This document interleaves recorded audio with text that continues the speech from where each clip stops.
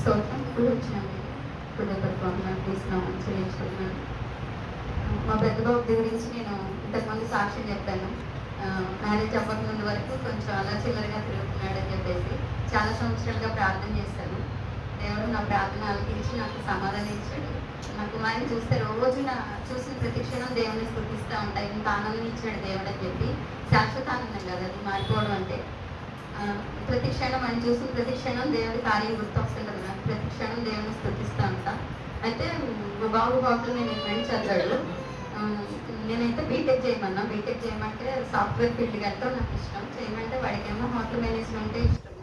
Foreign అయితే మంచి package అట్లా ఉంటాయని చెప్పేసి హోటల్ మేనేజ్మెంటే చేశాడు.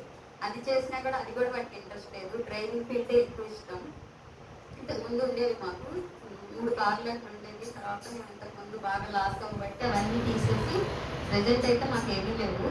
అయితే మా బాబు మళ్ళీ మ్యారేజ్ అయిన తర్వాత ఇంటికి వచ్చి వేరే జాబ్ చేశాడు.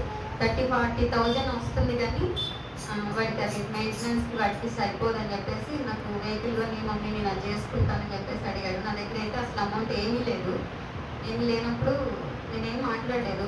ఒక 20 డేస్ నుంచి అడుగుతున్నాడు. నేను చేసుకొని నేనే కట్టుకుంటాను, నాకు కొన్ని అని అడుగుతున్నాడు. నా దగ్గర అయితే అమౌంట్ లేదు. నేనైతే వాడికి చెప్పలేదు నా దగ్గర లేవు ఉన్నాయని. సైలెంట్గా ఉన్నాను. దేవుడి దగ్గర ప్రార్థన చేస్తాను. ప్రభువా మరి నీ చిత్తం ఏమై ఉందో, ఇవన్నీ నువ్వే చేసుకుంటూ వస్తున్నావు కదా, మరి నీ చిత్తం ఏమై ఉందో, నా దగ్గర అమౌంట్ లేదు, ఎలా అనుగ్రహిస్తావు నీ చిత్తం అని చెప్పేసి కొన్ని రోజుల నుంచి 20 డేస్ నుంచి ప్రార్థన చేశాను. ఇంట్రెస్ట్ ఉన్న పని చేయించాలి కదా, దాంట్లో వాళ్ళు అయితే ఇంకా ఇంట్రెస్ట్గా చేసుకొని సంపాదించుకుంటారని మనసులో అనుకుని ప్రార్థన చేశాను.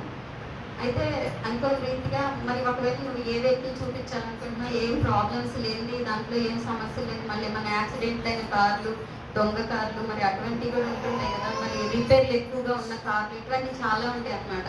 మరి మాకైతే పెద్దవాళ్ళు ఎవరు లేరు వెళ్ళి చూసుకోవడానికి. ఒకవేళ అతను ఏమైనా చీట్ చేసినా కూడా మేము వెళ్ళి వాటితో ఫైట్ చేసేంత ఇది మాకు లేదు. అందుకని ప్రభా నీ చిత్తం నీ దగ్గర పెట్టాను, నువ్వు ఎలా చేస్తావు, నీ చిత్తం అయితే కారు అనుగ్రహించి లేకపోతే లేదని ప్రార్థన చేశాను. అనుకోని రీతిగా చాలా మంచి కాదు, మేము అస్సలు ఊహించడంత తక్కువ రేటుకి వచ్చింది. తర్వాత ఆ అమౌంట్ కూడా నా దగ్గర లేకపోయేసరికి ఆ అమౌంట్ కూడా అప్పటికప్పుడే సడన్గా అనమాట, నువ్వు వెంటనే ఇస్తే స్పాట్లో ఇస్తే నీకు ఇచ్చేస్తా నీ కారు అని చెప్పేసి మేము అడిగిన రేట్కి అన్నాడు.